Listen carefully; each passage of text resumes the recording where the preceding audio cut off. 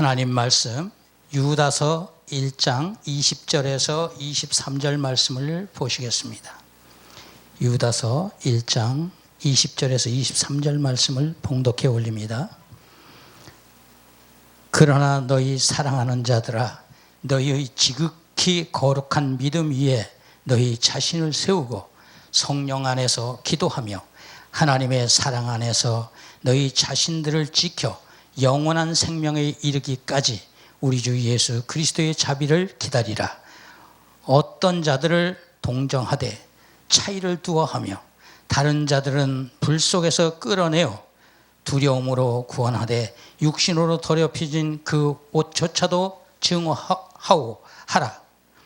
이제 능히 너희를 실족하지 않게 지키고 자기의 영광의 임재 앞에 흠없이 큰 기쁨으로 서게 하실 수 있는 그분 곧 홀로 지혜로우신 하나님 우리 구주께 영광과 위엄과 다스림과 권세가 지금과 또한 영원토록 있을지어다. 아멘.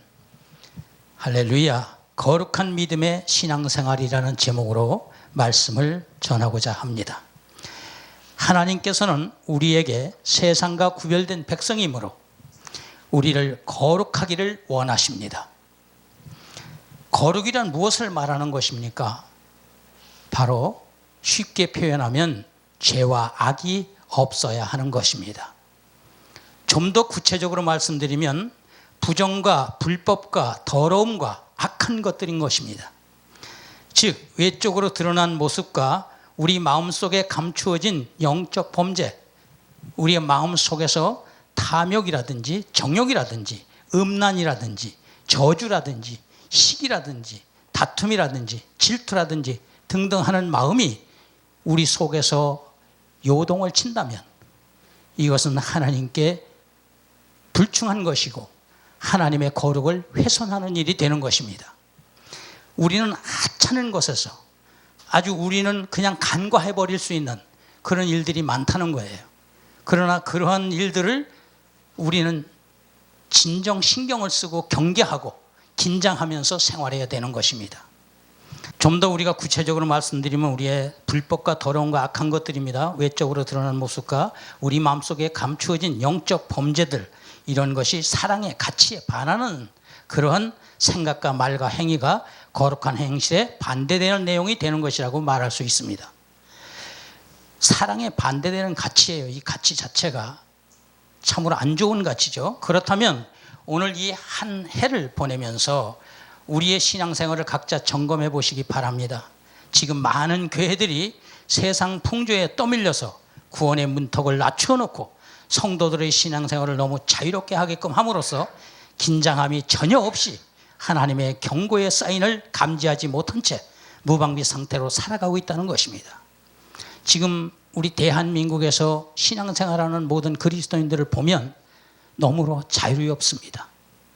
본인들이 범죄를 했는지조차도 감각적으로 느끼질 못하고 있는 거예요. 하나님의 말씀을 전한다고 하는 저 자신도 어느 때는 제 속에 악한 영이 들어와서 사정없이 제 생각을 요동치게 만듭니다. 제가 가장 약한 것을 건드리는 거예요. 제가 홀로 생활하다 보니까 뭐 이상한 상상까지 막 들어가게 만드는 거예요. 그걸 마귀가 저한테 와서 요동치게 만든다고 하는 자체를 그 즉시 깨달아야 되는데 한동안 그 속에서 머무는 거예요. 한동안. 그러면서 나름대로 생각 속에서 이상한 상상 속에서 만족을 할 때도 있어요. 그리고 그걸 느껴볼 때도 있어요. 그러다가 아니다. 더러운 사탄아. 나사렛 예수 그리스도 이름으로 명하노니 떠나가라. 쫓습니다. 마음속에서. 그럼 내 마음이 정화가 돼요. 그러면서 다시 하나님 죄송합니다. 아버지의 거룩에 제가 훼손을 했네요. 흠을 냈습니다. 하나님의 영광을 가리는 짓을 했습니다. 용서해 주시옵소서. 금방 회개하게 됩니다. 첫 번째 제가 머리에다 탁 염대에다 심어놓은 게 뭐냐면 아버지의 영광을 훼손하지 말자 합니다. 그러면 제 생각이 고다져요. 먼저 마음속에서 생각 속에서 범죄가 발생하지 않으면 행동으로 드러나지 않게 되어 있습니다. 그러다 보니까 사랑이란 단어가 먼저 접근을 합니다. 사랑이란 단어가. 제가 사랑해야지 이렇게 의식해서 사랑을 머리에 심는 것이 아니고 행동으로 자연적으로 옮겨지더라고요. 몸이 먼저 반응을 해요. 그래서 이게 하나님이 주신 사랑이 이런 거구나. 어느 목사님도 말씀하셨습니다만 아주 작은 것. 지하철에 저는 지하철을 주로 이용하는데요. 지하철을 딱 타는데 서 있지 않습니까? 줄을 좌우측으로 서 있어요. 근데 노인 한 분이 허리가 이렇게 굽은 할머니가 이렇게 서 있는데 저 뒤에 서가지고 서로 어떻게 하면 앞에 좀 탈까 싶어서 욕심이 나는 것 같아요. 근데 딱 보니까 안 됐어요. 몸이 불편하신 거예요. 그러니까 여러 사람들, 건장한 사람들이 옆에 서 있으니까 이들한테 치여가지고 제대로 걸을 수가 없겠다는 의식이 그분한테 있는 것 같아요. 그래서 제가 딱 모시고 와가지고 제 옆에 세우고 있다 제가 모시고 들어갔어요, 그냥. 그러니까 이 할머니가 절을 한 3번을 하시는 거예요, 저한테다. 그 자리에 노인자까지 이렇게 가서 모셔다가 앉혀드리는데요. 그런 것이 제가 하고 싶어서 능동적으로 생긴 겁니다. 의식적으로 하고 싶다 이런 의식보다는 능동적으로 몸에서 반응을 해서 나타나더라고요. 그러면서 내 이웃에도 사랑하는 그 마음도 항상 제 마음속에 그게 있어요. 정답이 없다.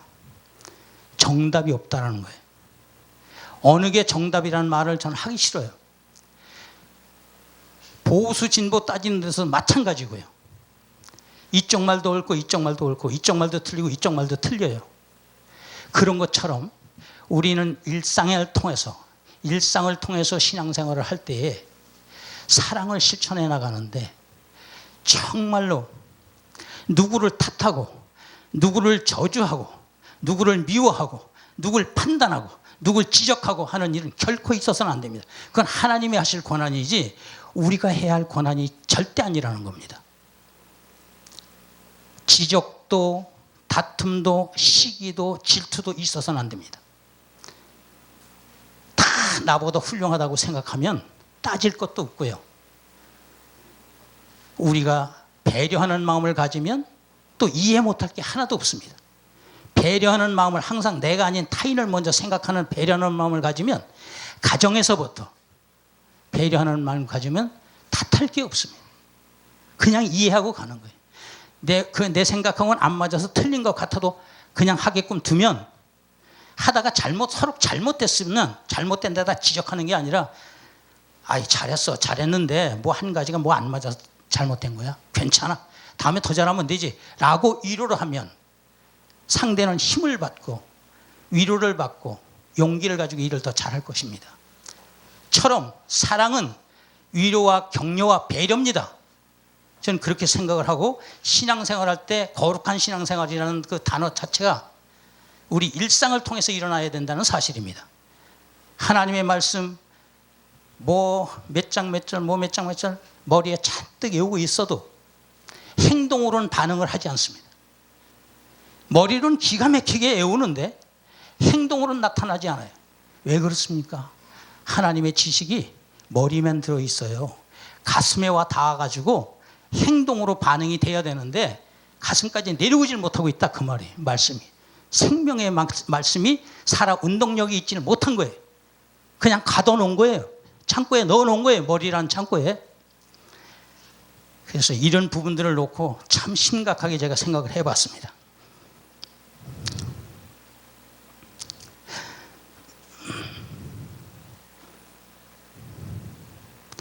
첫째, 우리가 거룩해야 하는 이유 또 혹은 필요성을 알아보고요. 둘째, 우리가 거룩하려면 어떻게 해야 하는가 이에 대하여 또 알아보고요. 셋째, 우리의 거룩한 신앙생활에 대한 결과는 무엇이며 넷째, 따라서 우리의 거룩한 믿음이 신앙생활의 본이 되어야 된다는 것입니다. 첫 번째로 우리가 거룩해야 하는 이유, 그 이유 및 필요성에 대해서 알아보겠습니다. 레위기서 11장 44절에서 45절에 보니까 나는 여호와 너희 하나님이라 내가 거룩하니 너희도 몸을 구별하여 거룩하게 하고 땅에 기는 길짐승으로 말미암아 스스로 더럽히지 말라. 나는 너희의 하나님이 되려고 너희를 애굽 땅에서 인도하여 낸 여호와라. 내가 거룩하니 너희도 거룩할지어다 할렐루야. 하나님은 우리에게 명령하십니다. 또한 에스겔서 39장 7절 말씀에 보니까 내가 내 거룩한 이름을 내 백성 이스라엘 가운데 알게 하여 다시는 내 거룩한 이름을 더럽히지 아니하게 하리니 내가 여호와 곧 이스라엘의 거룩한 자인 줄 민족들이 알리라. 할렐루야. 하나님은 거룩이란 단어를 굉장히 앞세워서 말씀하시고 강조하셨습니다. 우리가 이 말씀을 알면서도 그저 이걸 간과해 버리는 거예요. 우리가 살아가면서 간과해 버려요. 그냥 이쪽 귀로 듣긴 들었는데 기억에 남아있지도 않고 가슴에도 없고 우린 무시해 버립니다. 그리고 엉뚱한 데서 하나님께 영광 돌리는 것으로 생각하고 있어요. 이 거룩한 믿음에 대하여 유다서 1장 20절에 아까 본문에서 말씀하신 것처럼 사랑하는 자들아 너희는 너희의 지극히 거룩한 믿음 위에 자신을 세우며 성령으로 기도하며 하나님의 사랑 안에서 자신을 지키며 영생에 이르도록 우리 주 예수 그리스도의 긍휼을 기다리라 그랬어요. 할렐루야. 요 한 절에 다 들어 있습니다. 거룩한 믿음 위에 우리를 세우라는 거예요. 거룩한 믿음. 믿음이라고 말은 많이 하는데 어떤 믿음입니까? 거룩한 믿음이어야 된다 그 말이에요. 우린 일생을 살아가면서 수없는 죄 속에서 허덕거리고 죄와 짝하여 살 때가 한두 번이 아니었습니다. 그걸 죄인지도 모르고 같이 그걸 긍휼합니다. 그냥 그렇게 관대합니다. 죄를. 그리고 그와 짝하고 생활했습니다. 거룩한 믿음을 세우셔야 됩니다. 그리고 또 성령으로 기도를 해라. 그냥 기도를 그냥 습관적으로 그냥 대충 하는 그런 기도가 아니라 하다 보면 막 엉뚱한 생각하면서 막 기도할 때가 있어요. 저도 기도를 해보면 늘 그렇더라고요. 한참 기도하는데 처음에는 아주 정신 차려서 했는데 하다 보면 막 생각은 딴 데가 있고 입으로만 중얼중얼 대고 있는 거예요. 막 딴 상상하면서. 이게 기도를 할 때도 집중해서 성령의 임재를 따라서 성령님의 종명하심을 따라서 성령님의 인도하심을 따라서 기도하는 그런 믿음을 소유하시기 바랍니다. 그 다음엔 하나님 사랑 안에서 자신을 지키며 그렇지요. 하나님의 사랑을 체험하셨습니까? 하나님의 사랑을 늘 느끼고 계십니까? 어느 순간 어느 때만 하나님의 사랑을 느끼고 내가 조금 아프고 외로울 때는 사랑을 못 느끼시겠습니까? 하나님은 나와 늘 동행하시고 이런 일이 있고 저런 일이 있어도 하나님은 저와 동행하십니다. 조금 그릇된 일이 있고 조금 잘못된 일이 있어도 하나님은 그걸 보고 계세요. 제 행실을 보시는 거예요. 하나님께 어떻게 행하는지, 하나님을 어떻게 의지하는지, 전적으로 하나님을 의지하는지, 지 생각대로 자기 자신이 이끌어가려고 애를 쓰는 것인지 보고 계신다는 얘기입니다. 그래서 하나님이 우리를 일단 동행하게 하시면 저는 사도 바울이 기도한 그 내용을 기억합니다. 하늘과 땅에 있는 모든 족속에게 이름을 주신 아버지 하나님께 무릎을 꿇고 비노니 성령 충만한 은총을 베푸시고 예수님이 나와 함께 동행하게 하시고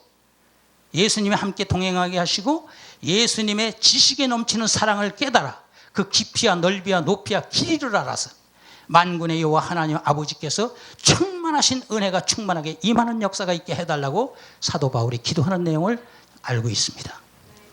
그 기도가 우리에게 임하는 기도가 되어야 될 줄 믿습니다. 우리가 또한 주의해 볼 일이 있습니다. 성경 말씀을 무질서하게 마구 해석해서 엄청난 오류를 낳고 있다는 위기감, 이런 경계를 해야 함이 시급하다는 사실을 느꼈습니다. 어쩌다가 제가 유튜브를 봤어요. 훌륭한 목사님들 설교한다는 내용들도 보고요. 저하고 같은 생각을 갖고 있는 목사님들 설교 더 집중해서 들어보기도 하고요. 하다 보니까 이분은 조직신학, 어떤 신학의 체계는 없어요. 교리적인 실력은 없는데 이분이 하는 말씀 중에 뭐 여러 가지 성경을 그럴듯하게 전하시는 내용이 있어서 이분이 그래도 꽤 깨달은 바가 있으시구나 했는데 쭉 가다 보니까 이 큰일 난 함정이 있는 거예요.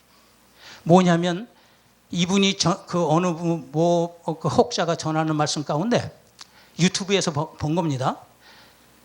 그 예수님이 무교절날 옥에 내려가셔서 복음을 전했다. 그래서 그 흑암에 옥에 내려가서 말씀을 전하시는 게 베드로서에 나오지 않습니까? 근데 그 내용을 이용해서 유다서 1장 14절에서 15절에 보면 마지막 대환란 때에 예수님이 임하시는 역사가 기록이 돼 있어요. 근데 이 말씀을 갖다 집어넣고 예수님이 옥에 내려가셨을 때 이렇게 임하셨는데 이 말씀이 없다면 가짜다 이렇게 얘기를 해요. 깜짝 놀랐습니다. 유다서를 예수님의 형제입니다. 유다는 이 유다서를 기록한 유다는 예수님과 형제예요. 육신의 형제. 그분이 이 유다서를 증거할 때에 이걸 기록할 때에 에녹서를 인용한 거예요. 에녹서. 우리는 이 개신교에서는 에녹서를 구경도 듣도 보도 못했죠. 이 외경인데요. 이 에녹서는 예전에 에녹이 하나님과 300년 동안 동행하셨다 그랬어요. 300년 동안 동행한 에녹이 예언이 없겠습니까? 하나님이 가르쳐준 내용이 없겠습니까? 천국 체험한 내용이 없겠습니까? 에녹서에는 계속 종말까지 예언을 해놨어요. 천체의 움직임까지 다 예언해놨어요. 기가 막히지도 않아 그거 보면서. 그런데 그런 에녹서 1장 9절의 말씀을 유다서 14절 15절 말씀으로 인용한 거예요. 그런데 거기서는 에녹은 그 말씀을 왜 기록했느냐? 마지막 대환란 때에 그랬어요. 1절에 마지막 환란 때에 하나님의 그 사람이 인내하는 것과 불경건한 자들이 정죄받는 일, 재판받는 일에 대해서 심판받는 일에 대해서 기록한 것이라고 나와 있어요. 근데 그걸 가지고 예수님이 옥에 내려가서 복음 전하는데 그렇게 임하셨다 그러면 그게 어떻게 되는 겁니까? 그게 너무나 영적인 해석이라는 그런 미명 아래 울도담도 없어요. 문턱도 없어요. 아예 그냥 넘어다니는 거예요. 자유분방하게 해석을 하는 거예요. 맞지도 않는 해석을 해야 되는 거예요.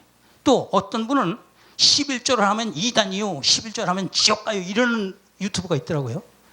그것도 걸쭉한 목사님들이 그것도 설교를 해요. 깜짝 놀랐습니다. 그분은 성경을 뭘 보고 있는 거예요? 말라기서 3장에 있는 그 11조만 얘기를 합니까? 마태복음 23장 23절에 보면 예수님이 서기관과 바리새인들에게 지적을 하시면서 국가와 해양은 11조를 하는데 너희들이 율법과 이 의로운 법은 지키지 않는구나 그랬어요. 예수님이. 그러면 그거 어떻게 해야 됩니까? 물으니까 그것도 지키고 이것도 버리지 마라고 말씀하십니다. 그것도 지키고 이것도 버리지 마라. 예수님도 11조를 강조하셨어요. 지키라고. 무슨 얘기입니까? 11조를 하는 사람은 지옥 간다. 웃기는 게 그게 너무 혼란합니다. 유튜브 아무거나 참고하다 큰일 납니다. 아무거나 다 좋은 설교가 아니고 아무나 다 유익한 하나님의 말씀이 아니라는 걸 알고 있습니다.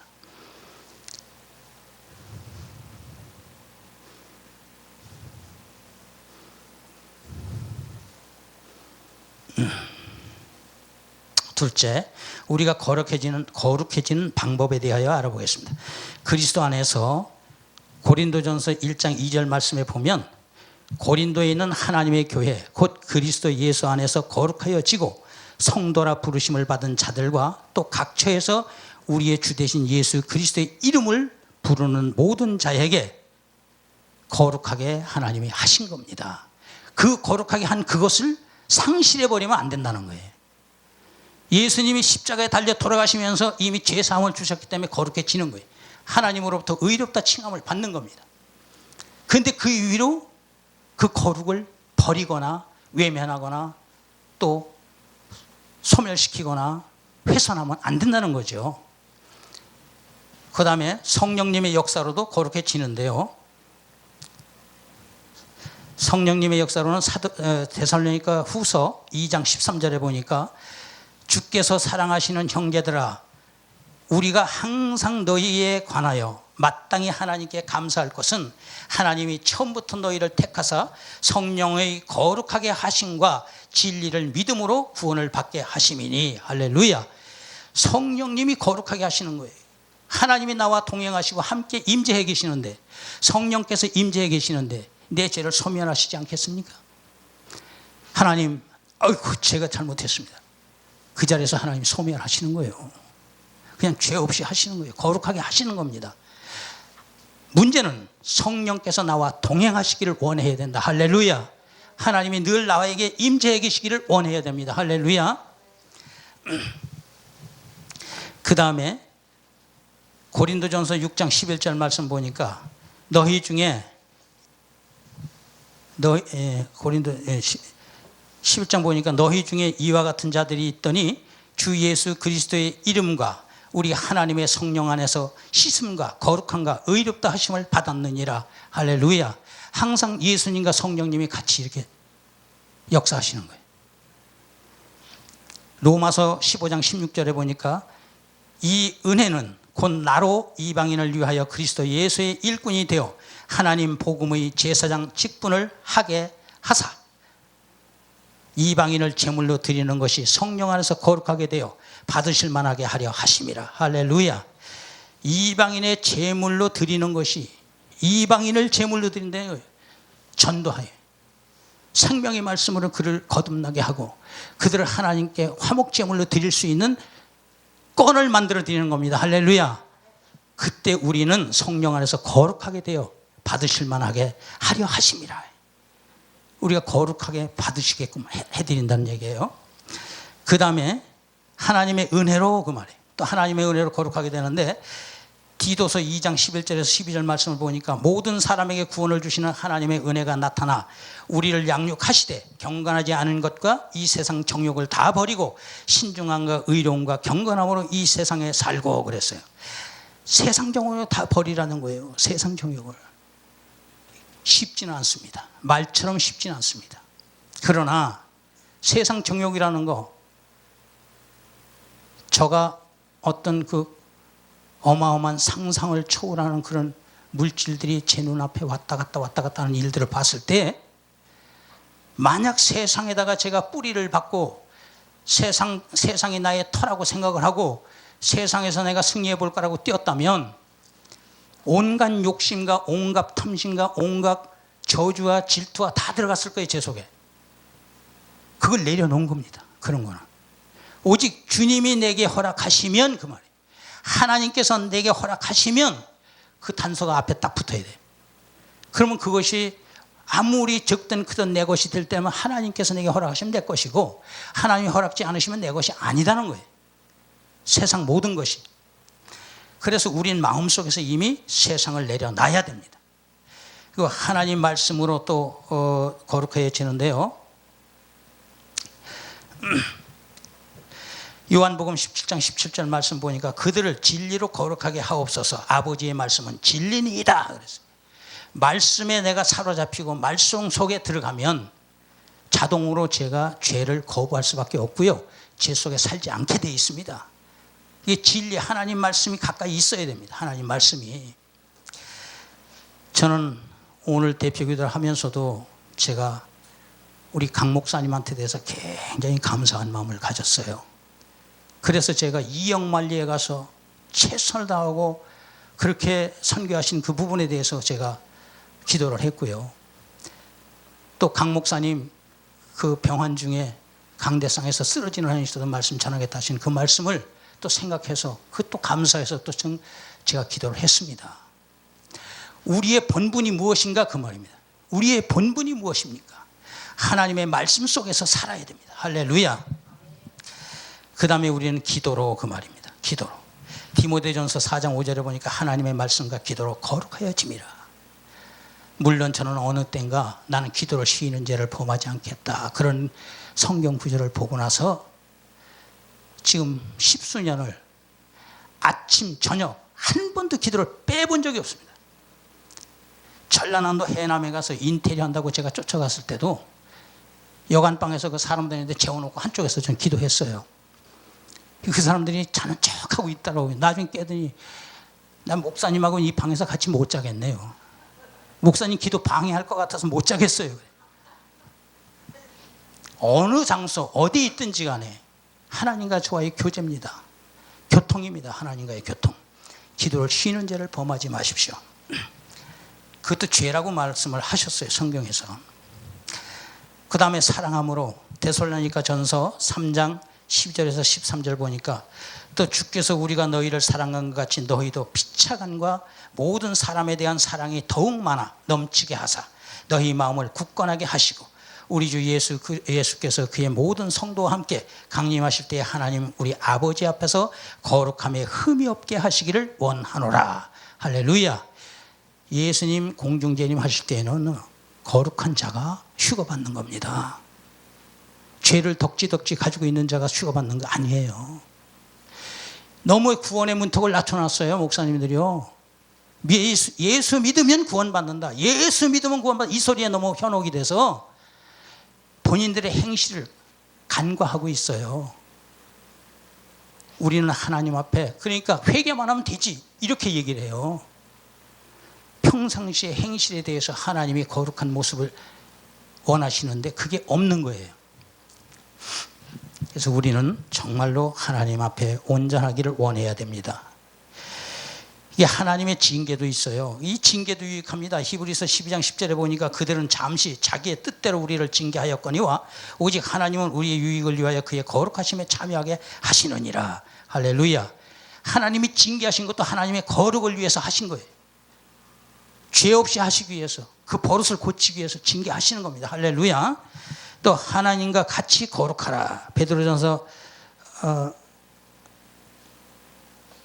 1장 15절에 보니까 오직 너희를 부으신 거룩한 이는 하나님이신데 거룩한 이처럼 너희도 모든 행실에 거룩한 자가 되라. 모든 행실에 그 말이에요. 여기에 초점 있는 거예요. 모든 행실에 거룩한 자가 되라는 겁니다. 할렐루야. 에베소서 1장 4절에 보니까 곧 창세전에 그리스도 안에서 우리를 택하사 우리로 사랑 안에서 그 앞에 거룩하고 흠이 없게 하시려고 그 외에도 고린도서 6장, 고린도서 10장, 에베소서 4장 23절, 24절 등이 쭉 있습니다. 다 열거하기엔 시간이 좀 그러니까요. 제가 생략하겠습니다. 이처럼 하나님께서는 우리에게 거룩하기를 원하십니다. 정말로 거룩해야 됩니다. 이거 간과해서는 안 됩니다. 우리는 이 생활하면서 대충 반응이지 마십시오. 우리의 삶을 대충 살지 마십시오. 신경을 세심한 데까지 신경을 써서 하나님 앞에 온전하길 원해야 됩니다. 하나님이 잘했다 칭찬하시길 원해야 됩니다. 불의와 죄를 멀리 하십시오. 로마서 6장 13절 보니까 또한 너희의 지체를 부유의 무기로 죄에게 내주지 말고 오직 너희 자신을 죽은 자 가운데서 다시 살아난 자같이, 이 자라고 표현하는 게 참 성경이 어떨 땐 불만스러울 때가 있어요. 살아나신 예수님 같이 이렇게 하면 좋은데 살아난 자같이, 이거 반말을 써요. 살아난 자같이 하나님께 드리며 너희 지체를 의의 무기로 하나님께 드리라. 할렐루야. 이 하나님이 부활을 시킨 자들 아까 어느 목사님 설교 가운데도 많이 있었죠. 그런데 마태복음 27장 50절 이하에 보면요, 예수님이 십자가에 달려 돌아가실 때에 바위가 깨지고 지진이 나면서 무덤 문이 열리면서 무덤에 사람이 일어나 앉았다 그랬어요. 그 다음에 한 절에, 그 문장 한 절에 뭐라고 나오냐면 예수님이 바로 부활하신 걸 말씀하시면서 예수님 부활하신 후 그들이 무덤에서 나와 거룩한 예루살렘 성으로 들어갔다 그랬어요. 그 실제입니다. 실제. 무덤이 열리고 무덤에 있는 시체가 살아나 앉은 겁니다. 그 다음에 예수님이 부활하시니까 그들이 거룩한 예루살렘 성에 들어갔다 그랬어요.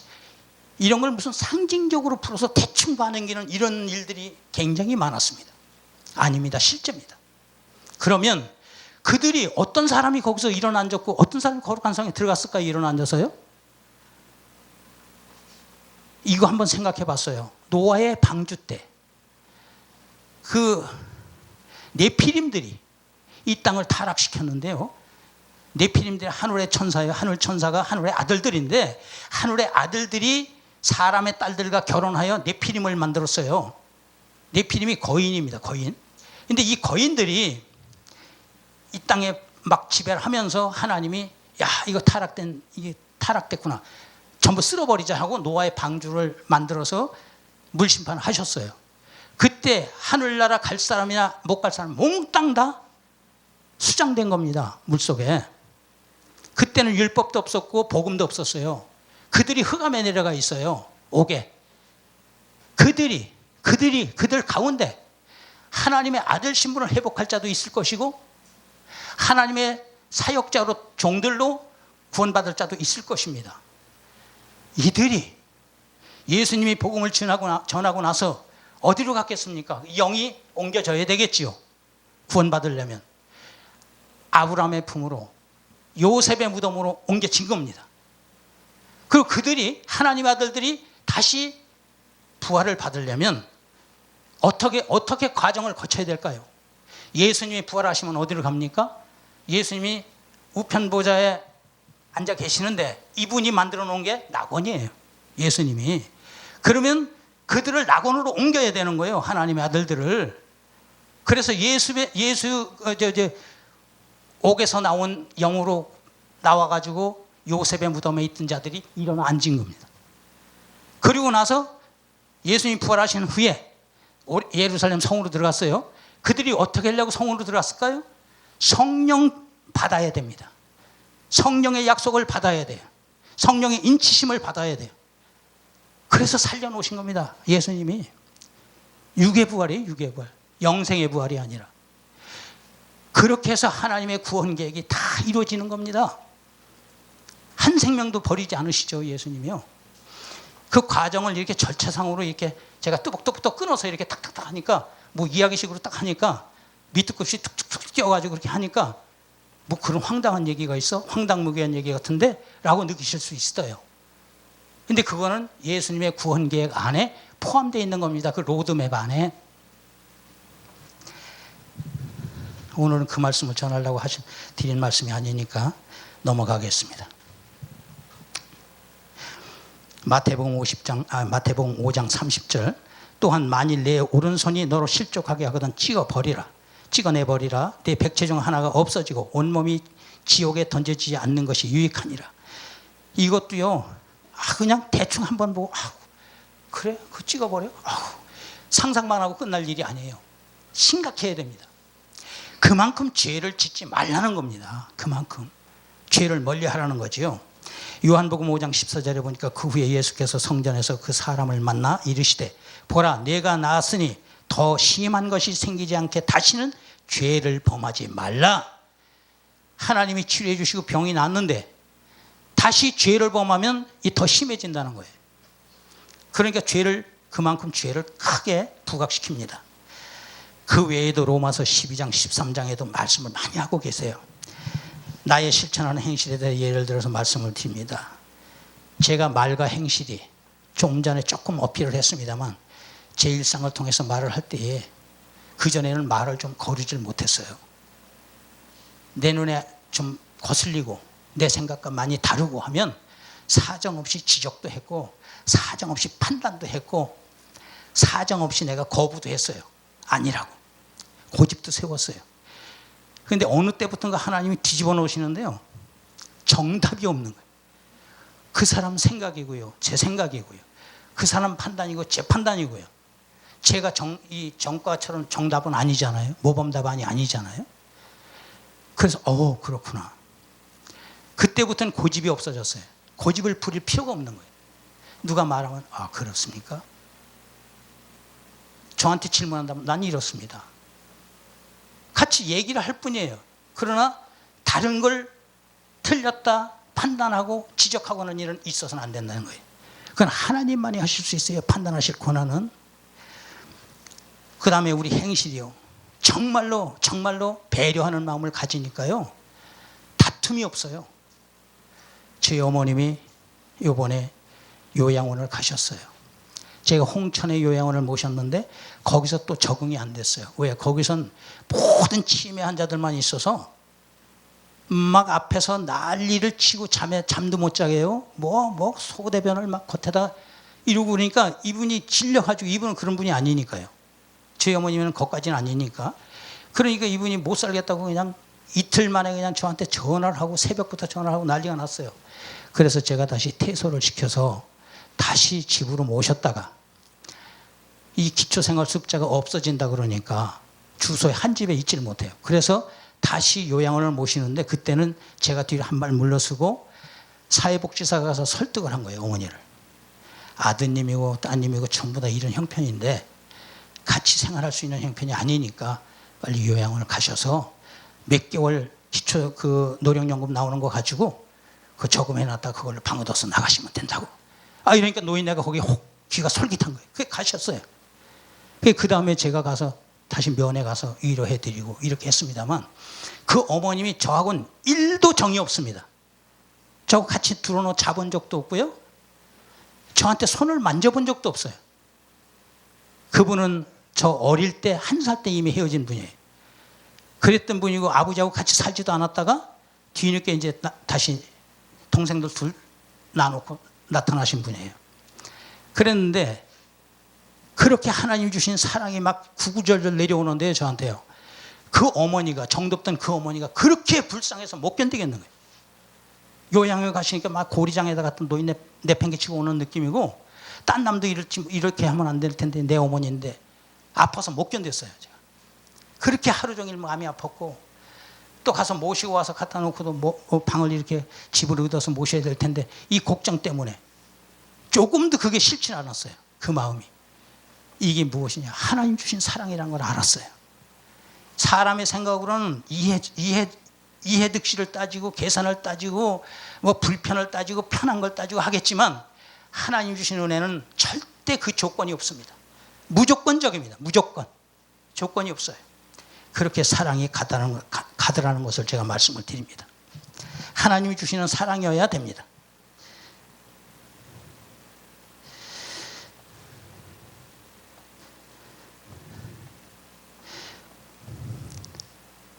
그 다음에 거룩한 신앙생활의 결과에 대해서 말씀드리겠습니다. 사도행전 26장 18절에 그 눈을 뜨게 하여 어둠에서 빛으로 사탄의 권세에서 하나님께로 돌아오게 하고 죄사함과 나를 믿어 거룩하게 된 무리 가운데서 기업을 얻게 하리라 하더이다. 이게 우리에게 하나님의 기업이 임하고 물론 교회도 하나님의 기업입니다. 그러나 제게 주시는 하나님의 은혜가 있을 것입니다. 로마서 6장 22절에 그러나 이제는 너희가 죄로부터 해방되고 하나님께 종이 되어 거룩함에 이르는 열매를 맺었으니 그 마지막은 영생이라. 할렐루야. 우린 영생을 얻게 됩니다.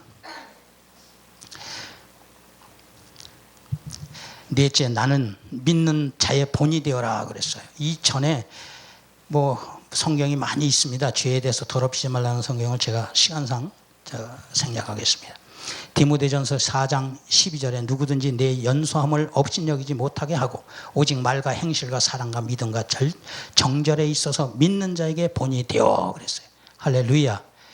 이 믿는 자에게 본이 된다는 인위적으로 이렇게 본이 되려고 그러면 힘들어요. 그런데 배려 하나만 가지고도 본이 될 수가 있어요. 제가 아는 어느 인테리어 업자들이요, 저를 보고 예수님을 믿겠대요. 딴 사람, 내가 그동안에는 난 막 교회 나간다 그러면 막 거부했는데 내가 목사님 보고 내가 목사님 같으면 나 예수님 믿겠어요. 이렇게 말씀하세요. 그래서 제가 예배당을 다시 건축하면 오십시오 그랬어요. 그러니까 알겠대요. 이런 일들이 바로 주변에서 일어나는 겁니다. 온전하라. 고린도후서 7장 1절에 근적 사랑하는 자들아 이 약속을 가진 우리는 하나님을 두려워하는 가운데서 거룩함을 온전히 이루어 육과 영의 온갖 더러운 것에서 자신을 깨끗하게 하자. 할렐루야. 영과 육이 더러워지는 것을 하나님은 경계하십니다. 하지 마십시오.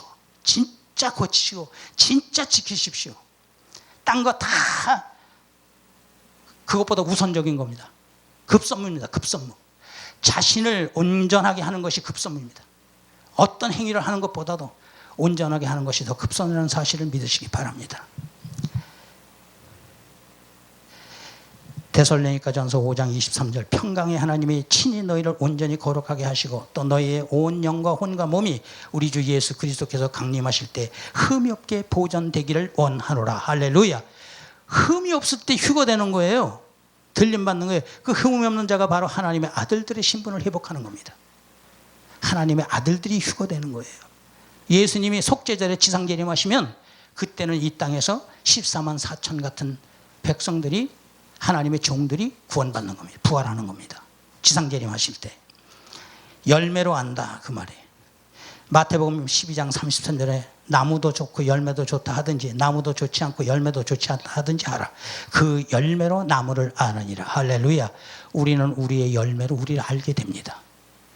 우리가 좋은 열매를 맺으면 좋은 나무라는 거죠. 하나님의 온전한 그리스도인의 모습을 드러내시기 바랍니다. 우리는 하나님의 성전이니 거룩해야 합니다. 고린도전서 3장 16절 17절 너희는 너희가 하나님의 성전인 것과 하나님의 성령이 너희 안에 계시는 것을 알지 못하느냐? 누구든지 하나님의 성전을 더럽히면 하나님이 그 사람을 멸시하시리라. 하나님의 성전은 거룩하니 너희도 그러하니라. 할렐루야. 나를 더럽히지 말라는 거예요. 하나님의 성전이기 때문에 나를 더럽히면 하나님이 멸시하신다는 겁니다. 할렐루야. 제가 목사님들 그 아픔을 느끼고 막 췌장암 무슨 암 하시는 목사님들, 그전에는 제가 아주 심판적인 말을 많이 했어요. 하나님의 징계는 썩는 거잖아 뭐 이러고 아주 똑똑한 척하고 잘난 척을 많이 했어요. 근데 지금은 안 그렇습니다. 왜냐하면 그분도 하나님이 주관하시고요, 그분도 그 병을 가지고 하나님이 뜻이 있어 그렇게 하시는 겁니다. 할렐루야. 그 다 하나님의 뜻이 있는 거예요. 이런 모습도 하나님의 뜻, 저런 모습도 하나님의 뜻이고요. 그리고 뭐든지 하나님이 함께하는 분들에게는 그 하나님이 다 사용하시는 목적과 모습이 있는 겁니다. 할렐루야. 저를 반성하면서 드린 말씀입니다. 딴 분들이 그렇다는 건 절대 아닙니다. 결론하여 말씀을 드리겠습니다. 하나님께서는 하나님 아버지 뜻대로 행하는 자라야 천국에 들어간다고 하십니다. 우리 일상이 늘 거룩한 믿음 안에서 말과 행실이 거룩하기를 힘쓰시기를 예수님 이름으로 축원합니다.